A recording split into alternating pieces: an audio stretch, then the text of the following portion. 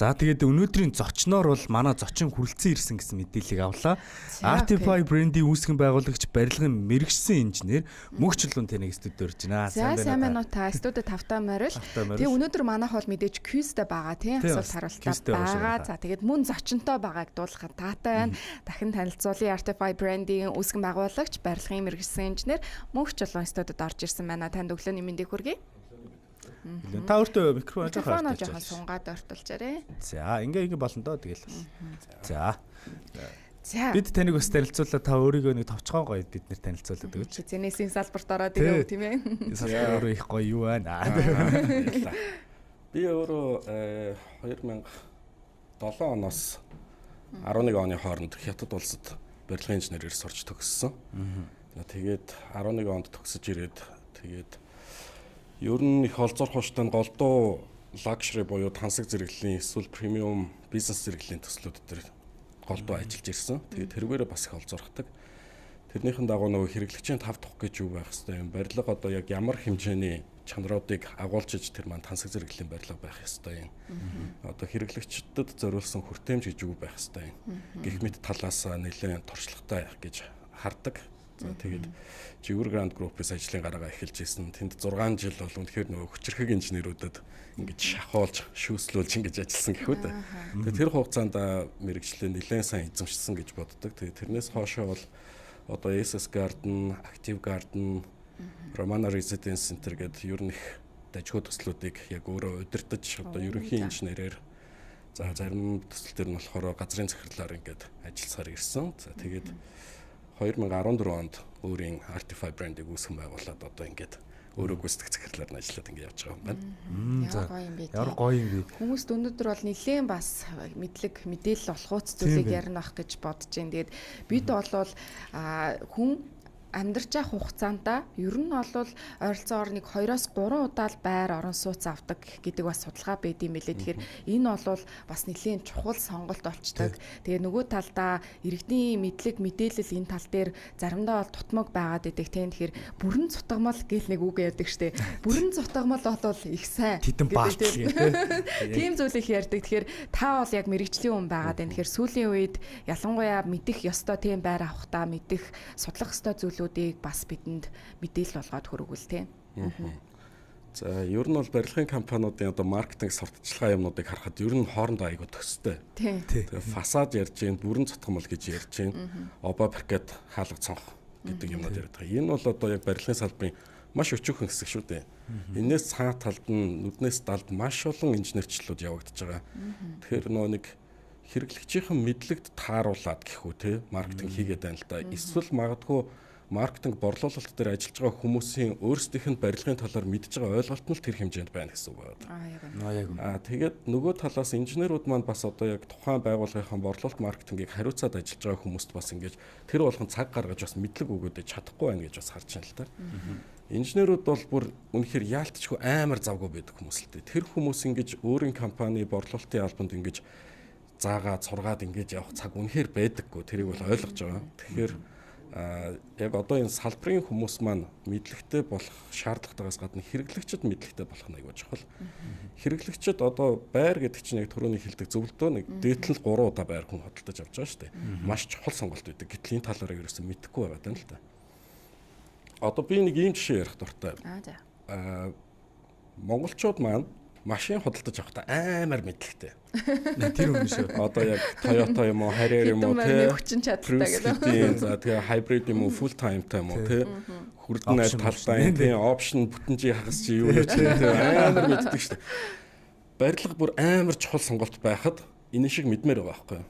Тэгэхээр яг хоо энэний дагуу зорилготойгоор яг хоо манай компаниас бас ажлууд санаачлаа зохион байгуулад явж байгаа.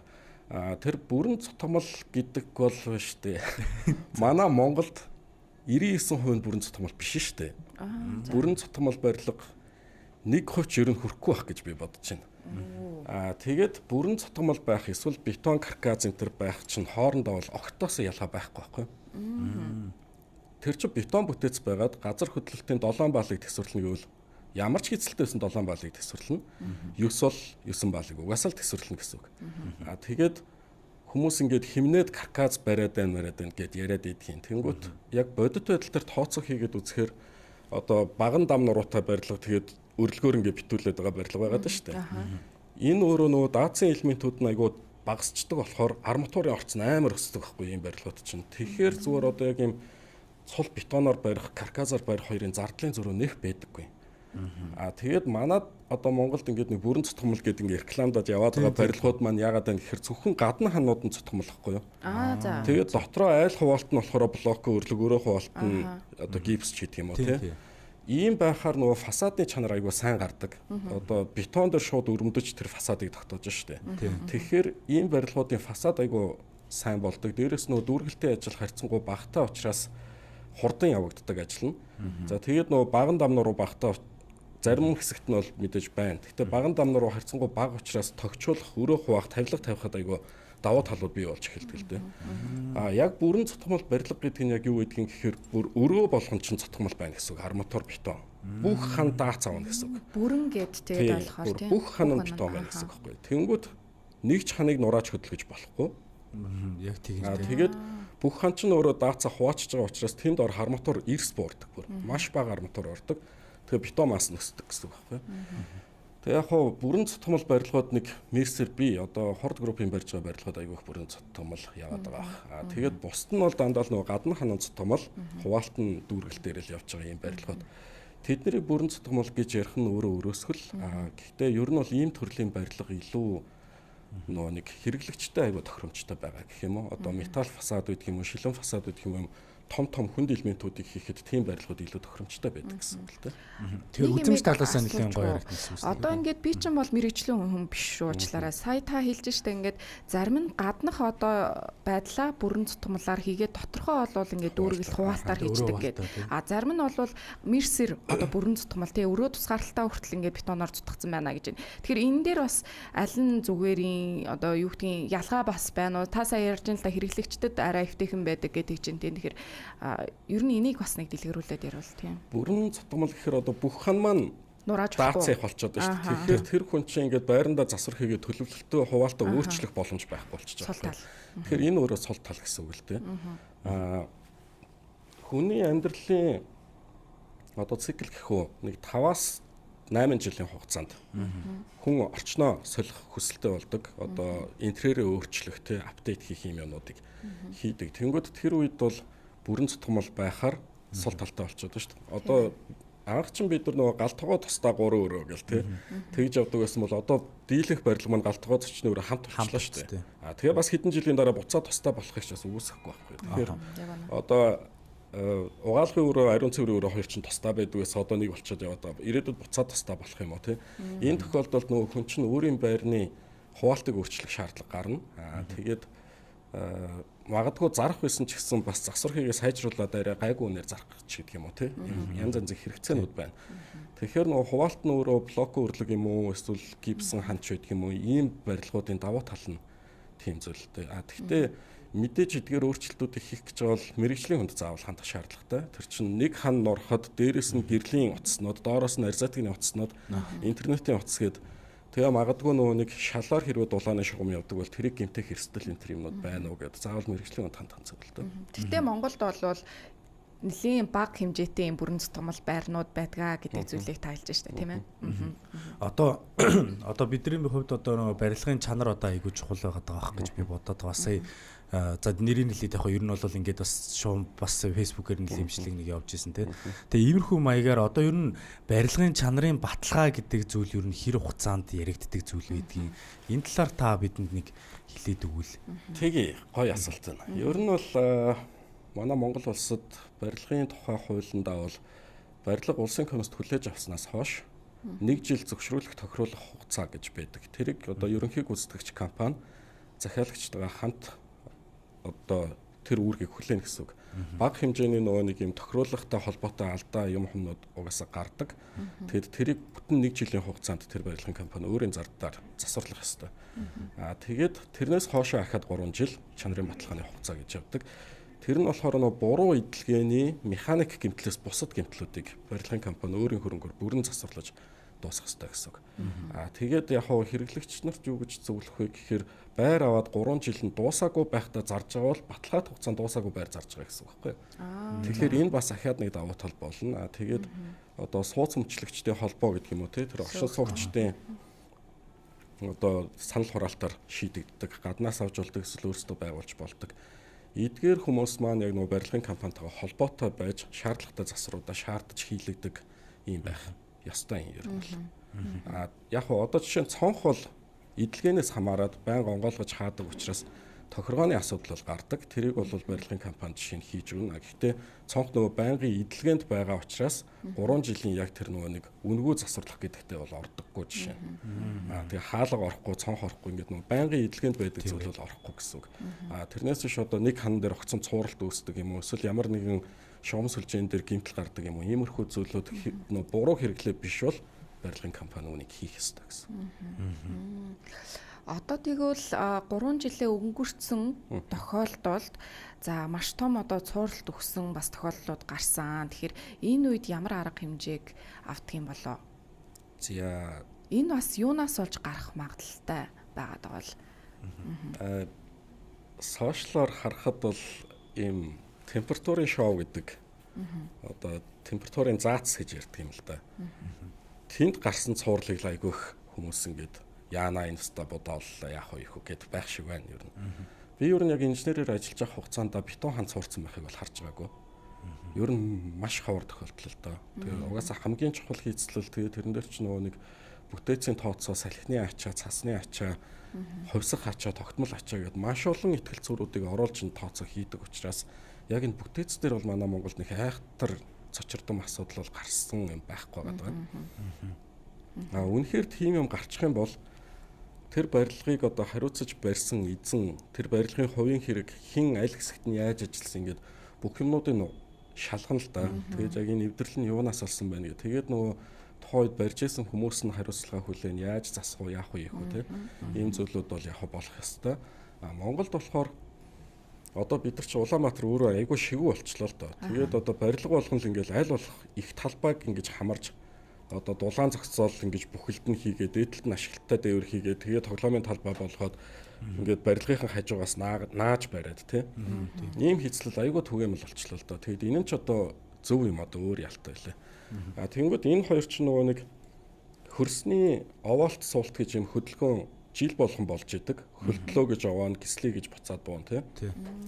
Тэнгүүд энийг нөгөө температурын заац гэхэд хэрвээ их урт үргэлжилсэн барилга байх юм бол тэрийг угаасаа дунд нь тасалдаг байхгүй юу? Нэг урт үргэлжилсэн байж болдоггүй. Эсвэл одоо хоёр өөр давхар, нэг нь 16 давхар, гараж нь нэг юм уу хоёр давхар шүү дээ. Энэ хоёрын жингийн зураг айгүй өндөр учраас бас заавал тасалж барих хэрэгтэй. Тэнгүүд тэр тасалсан хэсэг дээр юм хөдөлгөөн шингээх юм холбоосыг хийж өгөх хэрэгтэй л доо. Одоо ийм артын шалыг харах юм бол айгүй харагдана. Нэг юм хоёр талдаа төмөртөө дундаа нэг юм шар ирзэнтэй нэг юм байна. Тэр температурын заацсад баггүй юу. Тэгээд ийм арт Шангрила эдгээр бол энийг амар үзэмжтэй айгүй гоё хийцэн байдгийн. Манай зарим барилгын инженерүүд үүнийг мэдэхгүйгээсээ болж зүгээр шууд дээгүүр нь заслын хийгээд шалын цутгаад ингэснээс болоод нөгөө нэг улирлын температурын өөрчлөлт нь гараад барилгачин дэшээ доошо хөдлөнгүүд тэнд ингээд хагарлууд нь цугларч байгаа байхгүй. Тэр угаасаа тэгж цугларах ёстой, цугласан хэсэгт нь тэр ирзэн нь ингээд бариад шингээгээд байж ах хэвээр зүйлийг тэгж хийгээд энээс болоод одоо хөрсний ус гардаг ч гэдэг юм уу. Дээврийн харцаас нь урагдаад ус нь хичиж орж ирдэг ч гэдэг юм уу. Нэг иймэрхүү асуудлууд бол зарим тохиолдолд байна. Яг аюулгүй байдлын хувьд бол энэ барилга одоо даацсан ингээд нурах гад ивгүүтэд байгаа юм бол огт байхгүй. Одоо магадгүй биднийг үзэн суугаа хин нэгэн тийм байр авахар төлөвлөж байгаа бас орон сууцаа шинжилгээд хүсэж байгаа тийм яг нэг төлөвлөгөөндөө оруулаад байр үзэж хараад явж байгаа хүн байх юм бол ер нь яг саяын таны хэлдгээр тийм одоо бидний мэддгээр хамгийн өнгөн хэсэг дээр л ярьдаг нөгөө бүрэн цомол гэдэг зүйлийг л яриад байна л да нөгөө обо шал гэдэг ч юм уу тийм цонх нь ямар Италих юм уу гэдэг ч юм уу. Тэгэхээр энээс цаадах ямар зүйлүүдийг бид өнөөдөр мэдэх шаардлагатай вэ? Сая та хэлж байна одоо хэрэглэгчдийн мэдлэг дутуу байгаагаас болоод бас нөгөө борлуулалтын ажилтны хэлж байгаа нь яг л хэрэглэгчдээ одоо таарсан зүйлийг ярьж байгаа байх магадлалтай гэж. Тэгэхээр ер нь хэрэглэгчд бас байр сонгоо авахдаа юу юг мэдэх нь одоо өнөө цагт хамгийн одоо хэрэгтэй байгаа гэж үзэж байгаа вэ? Маш гоё асуулт байна. Хэрэглэгч ер нь бол яг нөгөө нэг хамгийн түрүүнд өөрийнхөө амьдралын төлөвлөгөө эхлээд бодох хэрэгтэй л дээ. Би 5 жилийн дараа яах юм, 8 жилийн дараа яах юм, 10 жилийн дараа яах юм. Тэгэд энэ байрыг би ямар хугацаатай хөдөлж авч байгаа гэдгийг бодох хэрэгтэй. Яг хоо ипотекийн зээл гэхээр тэр нэг 20 жилийн зээл ч юм уу тийм юм байгаад байгаа. Гэхдээ ипотек дуусгаж ирсэн тохиолдолд мэдгүй байхгүй бах. Зараал сольж байгаа шүү дээ хүмүүс ер нь бол тийм. Тэгээ тэр давтамжийг харахад ер нь хүмүүний амьдрал бол нэг 5-7 жил яг байрыг сольж байгаа. Эхлээд яг нөгөө нэг өөрийнх нь гэр бүлд таарсан ам бол гуруулаа ч юм уу тийм. Ингээд нэг байр авч байгаа. Тэгээд нэг 7 жилийн дараа ч юм уу тийм. Ам бол тавуулаа энэ төр болно. Томруулах шаардлагатай болно. Арай том байрыг хөдөлж авдаг. Тэгээд тэндээс хахад 7 жилийн дараа хүүхдүүд нь том болоод тусдаа гараад эхэлдэг. Тэгэхээр буцаага жижигрүүлдэг.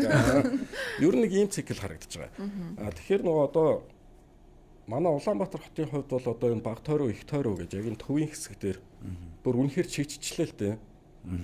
Тэр энэ бүсийн байрнууд маань яг одоо яг нөгөө идэвхтэй одоо амьдралын хэмнэлттэй тий яг өөрийгөө ингээ хөгжүүлээд яг алаад өгье гэж байгаа залуучуудын сегментэд илүү тохиромжтой байрнууд болж эхэлж байна л да.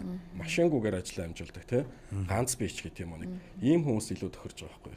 Тэгэхгүй бол яг ингээд өглөө хүүхдээ сургууль цэцэрлэгт хүргэдэг. Тэгээд оройн ингээд машина парклах гэхээр заяа олддоггүй. Тэгээд офс руу явахаар бас парклах зай байхгүй тий. Нэг ийм нөхцөл байгаад байгаа учраас яг олон улсын жишгийг харахад нэг ийм төвийн багширсан хэсэг дээр яг ийм хүмүүс илүү сонгож байр хөдөлж авдаг. Тэгээд ер нь бол ам бол арай олуулаа тэгээ хүүхдүүдтэй тий ийм байх юм бол хүн мэдээж нөгөө нийтийн эзэмшлийн хүртээмж гэдэг аюул чухал болж эхэлнэ. Тэгэхээр тэрийг илүү хараад зогсоол маань яах юм, дулаан зогсоол байх юм уу, хүүхдийн тоглоомын талбай хүртээмж нь хэрвээ аюулгүй байдлын хэрвээ ч гэдэг юм уу тий. Ийм зүйлүүдийг харах нь илүү зохимжтой. Тэгээд яг барилгын чанар талаасаа гэх юм бол одоо Монголд түгээмэл байгаад байгаа асуудал гараад байгаа зүйлүүдийг илүү анхаарах зүйл нь дээвэр байгаа. За. Дээврийг бол ёстой ярьдаг юм байна. Дээвэр асуудал үүсдэг учраас 16 дугаар давхрын байрнууд зарагдахтаа айгу муу байдэн шүү дээ. Дээврээс найгаад байгаа байхгүй. Гэтэл чин одоо яг Монголын барилгын салбарын хөгжил бол дэлхийн жишгтээ нийцсэн явж байгаа гэж би хардаг. Одоо яг барилгын салбарыг бол хувийн хвшилтүүд авч явж байгаа. Эдгээр маань үнэхээр хангалттай сан хөгжүүлж байгаа. Заавал тэр 100 давхар барилга барьснаар нь одоо хөгжиж чинь гэж ярихгүй байхгүй юу? Өнөөдөр хэрэгжилж байгаа материалууд нь ямар байгаа, гүйцэтгэлийн чанар нь ямар байгаа гэдгийг харах нь чухал. Тэгэд одоо бол Монголд одоо мембранч гэдэг юм уу те харцаасаас өөр материалууд зөндөө гарцсан. Мембраналт гэдэг шүү дээ. Тэгээд тэд нар нь болохоор нарны тусгалд ямар ч нөгөө нэг юу ядггүй, хуучралт явагддаггүй. 100 жилийн баталгаатай гэдэг ийм материал гарцсан байж байгаа. Тэгэхээр дээврийн асад ханаа дээвэр ямар материалаар хийсэн те мембран гэж ивэл тэр айгу найдвартай байр байх гэдэг шүү дээ. Мембран ч өөрөө заа магадгүй нэг юм температурын одоо дээврийн бетоны суналт агшилт юм уу те нарны хит халалтаас болоод харцаас урагдаад тэрүүгээр ус ордог юм асуудал айгүйх байдаг. Мембран бол жишээ нь суналт айгуу сайн тэсдэг ийм материал. Тэгээд дээрэс нь нарны гэрэлт хоригдолд ордоггүй ийм материал. За жишээ нь дээврийг ингэж харна. Хоёрдугаарт нь цэвэр усны шугамуд ямар материалаар хийсэн те. Зарим нэг барилга хар турбаа хийцэн л гэдэг. Тэгэл нэг 5 минут ус тасраал ирээл гоож болоход улаан зэв гардаг юм барилгууд байгаа. Байгаа. Тэр хавийн одоо за яг одоо Монголд ч бас нөө халаалт болон цэвэр бохир усны өргөтгөл засварын ажлууд бол жил болгон л явж байгаа шүү дээ. Тэгэхээр харьцангуй одоо яг хотоор ингээд тарцсан байгаа цэвэр усны шумууд бол одоо ер нь маасаараа цайрцсан турбаа энэ төр болоод ер нь зэвэрлэлт нь айгуу бага болцсон гэсэн үг. Хуучных шиг тийм амар зэврээд байхад болцсон гэсэн.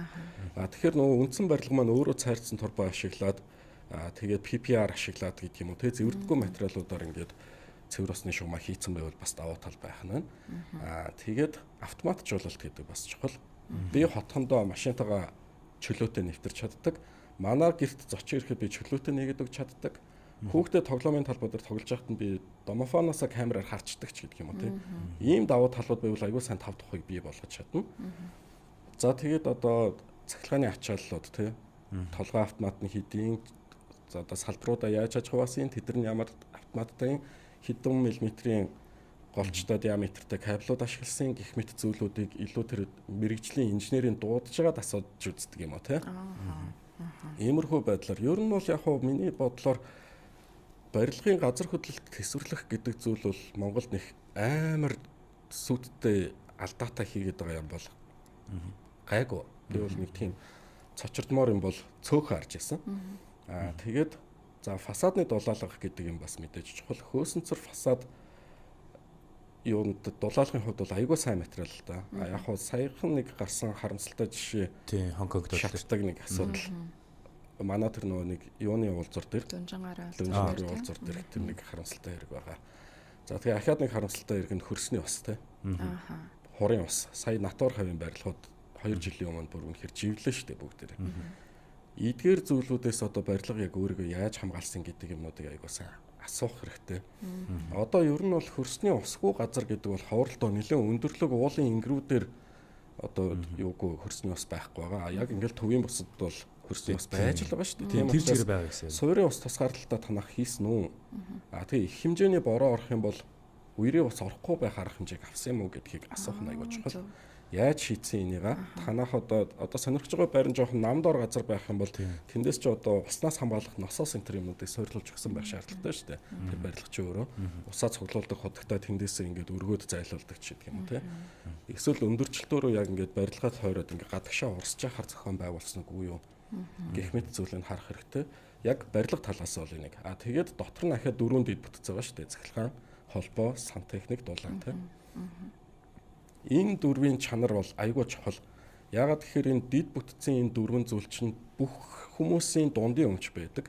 Нэг босоо шумаар хэрглэж идэг. Нэг л асуудал байвал бүх хүнд асуудал гэсэн үг байхгүй тэр чинь. Миний юм ингээд болохгүй байна. Би энийгээ засчий гэдэг ийм хайр байхгүй шүү дээ. Нийтэд нь л засах шаардлагатай болдог. Тийм учраас энэ дид бүтцийн чанар хэрвээ гэдгийг за бүр болохгүй бол одоо мэрэгжлийн хүн дагуулж чад үзүүлэх юм уу те. Иймэрхүү байдлаар сонголтоо хийх нь айгүй зохимжтой. Сая ярьж байгаа дээр шууд нэг юм асуумаар санагдлаа л да. Жишээ нь үерийн ус одоо зайлуулах бүтцээ яаж хийсэн гэдэг юм бол магадгүй байр танилцуулж байгаа хүн бол тий мөн одоо дээврийг нь ямар материалаар хийсэн гэдгийг асуухад бол борлуулагч нар, маркетингийн хүмүүс за тэгээд бусад хүмүүс бол нэг их сайн хариулж мэдэхгүй байх. Энэ асуудал дээр бол унах байх л гэж бодож байна л да. Тэгэхээр эргээд бас энэ нөгөө байраа танилцуулж байгаа, борлуулж байгаа тий одоо байр зууч хийж байгаа хүмүүс маань энэ төлөлийн мэдлэг бас нэлийн өргөн байж иж эргээд нөгөө үйлчлүүлэгчтэй мэдээллийг өгөх юм болов. Энэ тал дээр та бас юу гэж хардаг вэ? За энэ одоо яг манай байгууллагын яг хэрэгжүүлэлт явж байгаа яг эхэлчихсэн явж байгаа зүйл маань байна л да. Одоо манай компани гол зорилго одоо яг барилгын салбартаа одоо чанар, төлөвлөлт, хүндээ хүртээмжтэй байх гэх мэт зүйлүүдээр аягуулсан ялгархыг хичээж анхнаасаа тийм зорилготой байгуулагдсан компани. Тэгээ манайх нэг 300 м квадрат офисын иж бүрэн шинчлэх одоо засварлах ажлыг авсан баггүй. Тэгээд авахд тэр зурган дээр нь юу байгаагүй. Wi-Fi роутеруудээ ерөөсө төлөвлөөгүй, камера төлөвлөөгүй, air condition төлөвлөөгүй гэх мэт ингээд туу орхисон юмнууд аявих байсан баггүй. Тэгээд би захиалагчтайгаа ярилцаад за энэ дээр чинь ийм юмнууд ингээд нэмж төлөвлөх шаардлагатай байна. Ингэн серверийн өөрөө та нар бас төлөвлөөгүй байна. Энд чинь одоо яг бүх камер одоо камерын бичлэг юу гэдгийг те интернет роутер бүх юмнууд чинь эндээ төвлөрөх ёстой. Тэгээ энд төвлөрсөн газар чинь air condition байж аж нэг халж шатхаас нь хамгаалах ёстой гэдэг ингээд бүгдийг нь ярьж өгөөд хийгээд дууссан. Тэгэд тэр бол миний сэтгэлд айгүй хөрсөн ажил болсон. Үнэхээр ч сайн хөгжүүлэлтүүдийг хийж тэр ажлыг гүйцэтгэхэд дууссан. Дараа нь тэгээ нөгөө ажлаа хүлээлгэж өгөхдөө нөгөө захиалагчдаа за бид нар ингээд ийм зүйлүүдийг нэмэлтээр хийлээ. Ингэснээр танаад үүсч болох байсан ийм эрсдлүүдээс ингээд хамгаалсан, ийм болсон гэдэг ингээд тайлбарласан чинь ойлгоогүй байхгүй юу? Нэг сайн ойлгоогүй. Манай офс айгүй гоё байна. Гэхдээ ягаад гэдгийг мэдэхгүй байна. Гэхдээ их гоё байна л гэдэгсэн байхгүй. Тэгээд за энэ хэрэглэгчд маань мэдлэггүй байхаар манай ялгарл харагдахгүй байна гэдгийг ойлгосон байхгүй тэр үед. Тэгээд яаж би хэрэглэгчдийг мэдлэгтэй болгох вэ гэж их удаан бодож явсан. Тэгээд за юу яа. Яг энэ үйл хөдлөх хөрөнгийн борлуулалтын салбар дээр ажиллаж байгаа хүмүүст нь би хүрэх юм бол энэ хүмүүс чинь цаашаа хэрэглэгчдэд хөгжүүлэх юм байна гэдэг үнцгийг олж хараад. За тэгээд өнгөрсөн оноос Remax Platinum Office-д гэрээ байгуулад одоо доктортой ажиллаж байна. Тэнд ажиллаж байгаа агентуудад барилгын мэдлэгийг олгож байгаа. За тэгээд энэ оноос болохоор Blockcam гэд одоо хамтарсан их олон салбар хамтарсан их сайхан платформ үүсгэн байгуулагдаж байгаа. Тэр хамтралын яг Block Academy гэдэг салбарыг би үүсгэн байгуулад одоо анхны эсэлтээ ингээд аваад явж байна. Тэгээ тэрэн дээр болохоор яг энэ борлуулж байгаа бүтээгдэхүүн буюу энэ үл хөдлөх хөрөнгө барилга гэдэг зүйл чинь яг юу юм бэ? Зарж байгаа бүтээгдэхүүнийг мэдээ ойлгоё гэдэг зорилготой. Тэгээд энэ дээр яг л түрүүний ярьсанчлан яг барилгын хувьд юу юугаа ярих юм, юу юугаа тодтогох юм, одоо дэд бүтцийн хувьд яах юм, төлөвлөлтийн хүртээмжүүдэд яаж ярих юм, яаж ойлгох юм те. Иймэрхүү сэдвэр ингээд 6 удаагийн бүтэн юм багц сургалтыг зарлж байгаа. Тэгээд элсэлтэй аваад явж байгаа маргааш нас хэлэх гэж байна да. 4-р өдөр тийм ээ. Одоо тэндээ бол ер нь бүх дийлэнх нь бол ер нь бол манай агентууд бол нэлээд элсэд орох юм биш үү те. Яг хоо энэ сургалт маань болохоор барилгын төсөл хэрэгжүүлдэг байгууллагын борлуулалтын ажилчдад илүү нөө чиглүүлж хэрэгтэй байх тийм. Яг тэгэхээр нөгөө нэг барьж авах явцад нь хөгжүүлэх боломжтой байдаг учраас яг тэр барьж авах явцынх нь дуусны дараа биш тийм. Одоо яг нөгөө нэг зах зээл дээр 2 дахь зах зээл дээр одоо 2 дахь удаага зарагдах гэж байгаа байрнууд маань ер нь бол зах зээл дээр тэр байр хэр чанартай ямар үнэтэй байх юм гэдэг юмнууд аяга тодорхой болцсон байдаг л да. Аль хэдийн зах зээл дээр гарцсан учраас за шинэ хэрэгжиж байгаа төсөл одоо зарагдж байгаа үннээс өсөх үү буурах уу гэдэг чинь бас яг тодорхой биш. Аягүй сайн үнэтэй гарч ирээд усан давтаал дараа жилээс нь үнэн доошо унчиж байгаа барилга гэж байгаа. Зарим нэг мондөг төслүүд байгаа шүү дээ. Анх зарагдаж байхдаа 4 сая байсан бол одоо 6 сая даваа явцсан тийм ийм төслүүд байдаг. Тэгэхээр энэ төсөл чинь ирээдүйд өсөх төсөл юм уу гэдгээ одоо яг яаж ойлгож таниулж хөгжүүлж явах юм гэдэг агуулгууд тэр сургалтад баана орно.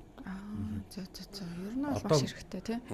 Манай хэрэглэгчдийн одоо ер нь дийлэнх хэрэглэгчдийн хамгийн түгээмэл гаргаад байгаа алдаа нэг юм дээр одоо биднээс нэг тэр алдааг л ерөөхдөө байхгүй болох юм лээ явж байгаа шүү дээ. Тэгэхээр ер нь дийлэнхтэй хамгийн их гаргаад байгаа алдаа нэг юм дээр. Хамгийн харамсалтай гэхөө гаргаад байгаа алдаа бол интерьер л ярьж байна. Ер нь хүмүүс орж ирлээ. Обоо ямарын, паркет ямарын, хаалга ямарын тий. Яг нөгөө гол үнцнийг ерөөсөө ярихгүй байхгүй. Ерөөсөө харахгүй байна. Маркетингаач тэрэн дээр угаасаа хийхгүй байна. Энэ айгүй харамсалтай. Ягаад тэгэхээр хүн интерьерийг хизээ нэгэн цагт угаасаа солих байхгүй. Хамгийн хурдан солигдох зүйл интерьер байхгүй. Тэгээд тэрэнд нэг амар ач холбогдол өгöd уг нь зүйл биш юм чи баг 3 дахь зүйл байх хэвээр. Байршлаа харъя те. Улаанбаатарт бол одоо үнэхээр бүгд байршил гэж орилсоор гоод одоо нэр үнэхээр байршил нь өөрөө айгүй хэцүү болчихлоо тий одоо хотын төвийн А бус гэд тэгэхээр тэнд угаасаа л зогсоолгүй л гэдэг ойлголт байгаа тийм. Тэгээд жоохон зах руу болохоор төгжрэл гэдэг асуудал яригдаад байгаа. Уг нь бол одоо яармаг юм уу эсвэл налаах чинь зам харилцаа айгүй сайтай байршил. Даанч яг нөгөө төв рүү орж ирээд зам нь нарийсчж байгаа учраас тэнд л төгжирч байгаа. Тэрнээс биш яг үндсэн зам нь бол айгүй өргөн сайхан харилцаа сайтай ийм газар шүү дээ. Тэгээ одоо нөгөө байршил гэж байршил руугаа ингэж бүгдээрээ чиглэсээр байгаад одоо энэ төвийн бүсийн байршил маань өөрөө айгүй хэцүү болчихлоо л да. Тэгээ хүмүүс нөгөө эрүүл ахуйгаа бодоод үр хүүхдээ бас нэг харьцангуй гайгүй агаартай байх гэх тий. Илүү яармаг руу чиглэж идэг ч юм уу тий. Нэг юм цаг үеийн болоод байна. Тэгээд за яг байршил бол тэгээд хүний өөрийн сонголт. За тэгээд хоёр дахь айгүй чухал юм чи хүртээмж шүү дээ. Хүртээмж нь хэр юм? Миний хүүхэд тоглох талбай ямар байна тий? Аюулгүй байдал нь ямар юм? Одоо зарим нэг айгүй гоё төсөл байна. Ингээд тоглоомын талбай тий айгүй сайн тогтжуулсан тоглоомын талбай. Тэр чигээр ашиглалттай дээвэр хийгээд тэрэн дээрээ тоглоомын талбайгаа давхар хийгээд тэгтээ тэнд бас давхар машины зогсоол байршиж байна. Инхээр аюулгүй байдал хэцүү болчихж байгаа юм. Тэнд хүүхэд ямар ч хүүхэд хиддэж хүүхэд хизээч гүйж магадгүй байхгүй. Тэгэхэд би хүүхдээ гадаа тоглож байхад санаа зовхгүй байж чадахгүй шүү дээ. Энд 50 сууж чадахгүй болчиход шүү. Яг хөө тэр нөгөө өндөрчлөлтийн хувьд ингээд тусдаа байлгах боломжгүй байгаа бол ядаж ингээ хашлахыг хийж өгөөд зөвхөн энэ хэсгээс л хүүхэд гарч ирэх боломжтой тий. Бусад хэсгүүд нь хашлахтай гэдэг ядаж хөгжүүлэлтийг хийх боломж байгаа байхгүй. Хөгжүүлэлт хийх боломжтой тий. Тэгэхэд тэрийг одоо жишээ нь олж хараагүй гэдэг юм нэг иймэрхүү харамсалтай төлөвлөлт бол байна. Хүүхдэд тоглоомын талбайд хүртээмжтэй, ногоон байгууламжинд хүртээмжтэй. За тэгээд энд одоо насны тий энд арай нэг жоохон том шуугалддаг хүүхдүүд нь тоглоно. Энд арай няраа хүүхдүүд нь салхилна гэдэг юм уу тий. Ийм төлөвлөлттэй байгаад тэгээд автозамын хөдөлгөөн нь тэр талбайтайгаа огтлолцдоггүй байвал энэ аюу том давуу тал бөгөөд хүртээмж сайтай зүйл байх гэдэг. Энийг аюулсан харна. За тэгээд 3 дугаарт нь барилгын хийцлэл тий чанар нь юу юм, фасад нь юу юм, гадна хан цотгомол юм уу юу юм тий тэрийг хараад тэгээд дулаалга гоё хийж юу яаж юу гэдэг юмнуудаа хараад тэгээд дараа нөгөө 4 дэд бүтцээ харах шаардлагатай байна шүү дээ. Дэд бүтэц сайтай байр үнэхээр тав тухтай байдаг. Хүний тав тухад яг тэр агаар сэлгэлт те цахилгааны арзатгийн хүртээмжүүд интернетийн залгуур одоо роутер энэ тэнд аваачаад ингээд Wi-Fi роутераа тавих боломж гэдэг юм уу те. Иймэрхүү зүйлүүдэд аюулсан харахгүй бол эдгээр дид бүтцийн зүйлүүд чинь хүний тав тухад хамгийн чухал нөлөөтэй юмнууд байдаг. Ядаж угаалтуурын байршлан тухтай байна уу те ванн тухтай байна уу суултуур дээр суухад духан дээр хаалга тулаад байна уу гэдэг юмнууд харах хэрэгтэй байхгүй. Тэгээд тэрний дараа интерьер ярих нь зүйтэй болов гэж бодож. Гэхдээ эмэгтэйчүүд маань хөвчлэн хамгийн түрүүнд л интерьер ярьдаг хүмүүс шүү дээ тий. Эмэгтэйчүүд маань арайс нэг таньруулах хөөцтэй нэг нарийн ширээ юм яриад идэм шиг санагдлаа. Би сургалтын талаар илүү дэлгэрэнгүй асуумаар байна л да. Тэгээд энэ сургалтанд миний ойлгосноор илүү одоо барилгын борлуулалт хариуцсан менежер, маркетингийн менежер, магадгүй одоо агентууд тий борлуулалт хийдэг байр одоо арилжаалдаг хүмүүс суух бүрэн боломжтой байна. Сургалт маань хэдийн хугацаанд явах вэ? За мөн одоо таны зүгээс яг энэ зохион байгуулж байгаа бас санаачилсан хүний хувьд хэн одоо танаа сургалтанд ирээсэ гэж бүр та чин сэтгэлээсээ асууж байгаа бол тий. За Block Academy бол одоо яг нэг хэрэглэгчээ хөгжүүлэе гэдэг зорилготой байгаа шүү дээ. Тэгэхээр хэрэглэгчтэй хүрэхийн тулд борлуулалтын менежерүүдэд чиглүүлж байгаа. Яг одоо манай анхны сургалт бол яг энэ барилгын инженерчлэлийн ерөнхий ойлголт гэдэг хүрээнд явагдаж байгаа. Энд хэн хамрагдах юм бэ гэхээр яг энэ барилгын салбарт ажиллаж байгаа захиалагч эсвэл ерөнхий гүйцэтгэгч компани, бизнес хөгжил, маркетинг, борлуулалт хариуцсан бүх шатны хүмүүс суух нь аюул тохиромжтой. Тэгээд ер нь барилгын салбарт ажилтгал бол суучихад ер нь их зүгээр. Ягаад тэгэхээр одоо барилгын салбарын жишээ нь удирдах ажилчид жишээ нь санхүүгийн албаны дарга бол санхүүгийн хүн байж таарна шүү дээ. Маркетингийн албаны дарга бол маркетингийн хүн байна. Хууль бол хуулийн хүн байж таарна. Эдгээр хүмүүс маань барилгын салбарт ажиллаж байгаа учраас бүтээгдэхүүнээ ойлгох шаардлагатай. Тэгжээж оновчтой удирдлага ингэж хэрэгжүүлнэ. Тэгэхээр Block Academy-ийн хувьд бол яг одоо төлөвлөсөн байгаа 3 сургалт байгаа. Хамгийн нэгдүгürt нь инженерчлэлийн ерөнхий ойлголт, дараагийнх нь болохоор барилгын салбарын удирдах ажилчдад зориулсан цомхон бөгөөд хүчирхэг менежментийг яаж бий болгох вэ? Цаг хугацаа болон зардлын төлөвлөлт тий. Ажлын төлөвлөлт, зардлын төлөвлөлт юмнуудаа яаж оновчлох юм? За тэгээд одоо магадгүй ингээд нэг 10 тэрбумын төсөвтэй барилгын төсөл хэрэгжүүлж байгаа тийшээ 5 тэрбумын төгрөг оруулсан байгаад байдаг. Манай барилга талдаа орсон уу гэдгээ яаж хэмжих юм тий? Энэ айгүй их тулгамддаг асуудал. Иймэрхүү хүрээний сургалт төлөвлөж байгаа. За тэгээ 3 дахь нь болохоор барилгын инженерүүдэд зориулсан сургалт байгаа. Тэр нь болохоор төслийн талбайг яаж эмх цэгцтэй зөв зүйтэй удирдах явах вэ? Барилгын техникийн баримт бичгүүдийг цаг тухайд нь яаж бүртгэлжүүлж явах вэ?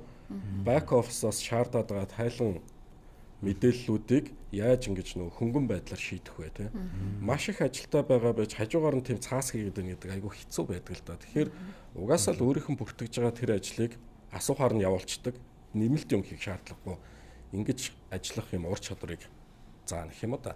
Тэгээ энэ 3 сургалтанд бол ер нь яг энэ барилгын төсөл дээр удирдах ажилтан хийдгэл бол гурвууланд нь суухыг ер нь бол зөвлөж байгаа. Тэгээд одоо яг борлуулалт маркетинг гэдэг чиглүүлсэн сургалт маань маргааш 14 цагаас эхлэх гэж байна. За тэгээд яг хуу бүртгэл бол нэлээд төгссөн. Гэхдээ яг хуу цөөн хэд орон тоогоо байгаа тийм. Хэдийн хугацаанд хугацаагаа яриаггүй шүү дээ. Хугацаа 7 хоног бүрийн 4-5 дахь өдрүүдэд орой 16-аас 18 цагийн хооронд гэж явагдах юм. Тэгээд яг хуу анги дүүргэлт маань хамгийн макс нь 15 хүн байлгана гэж байгаа. Ягаад тэгэхээр нөө тэнд сууж байгаа хүндээ сургалтын чанарын хүртээмжийг бодолцоод тэрнээс илүү элсэлт бол авахгүй. Тэгээд нийт 6 удаагийн сургалт явна. 3-7 хоног үргэлжилнэ. Тэгээд тэр 6 сургалтын сургалт болгоны дараа ганцаарчлсан зөвлөгөө өгөх юм нэг 3 хүнд ингээд ганцаарчлсан зөвлөгөө өгөөд тэгээд ингээд нөгөө анги дүүргэлтийн 15 хүндээ бүгдэнд нь нэг удаа ганцаарчлсан зөвлөгөө өгсөн байна гэсэн. Барилгын салбар бол яалтчгүй нийлүүлэлт нэлийн ихтэй хэрэглэгч харцангуй бас цөөн гэд хэлчихэд бол бас нэг хол зүрхгүй болоо. Тэгэхээр энэ одоо нэлийн юм өрсөлдөөнтөө нэлийн юм үзэгтэй гэдэг те энэ одоо зах зээлд бол мэдлэгтэй байгаа нь илүү мэдрэмжтэй байгаа нь бол ялагч болох боломжтой байх. Тэгэхээр ямар одоо сургалтанд сууснаар ямар давуу талыг бас авах боломжтойг та бас тодорхой бас хэлээд өгвөл тийм ээ. Мэдээж бас тухайн барилгын талаар, инженерчлэлийн талаар илүү мэдлэгтэй болох нь байна. Баярлалаа.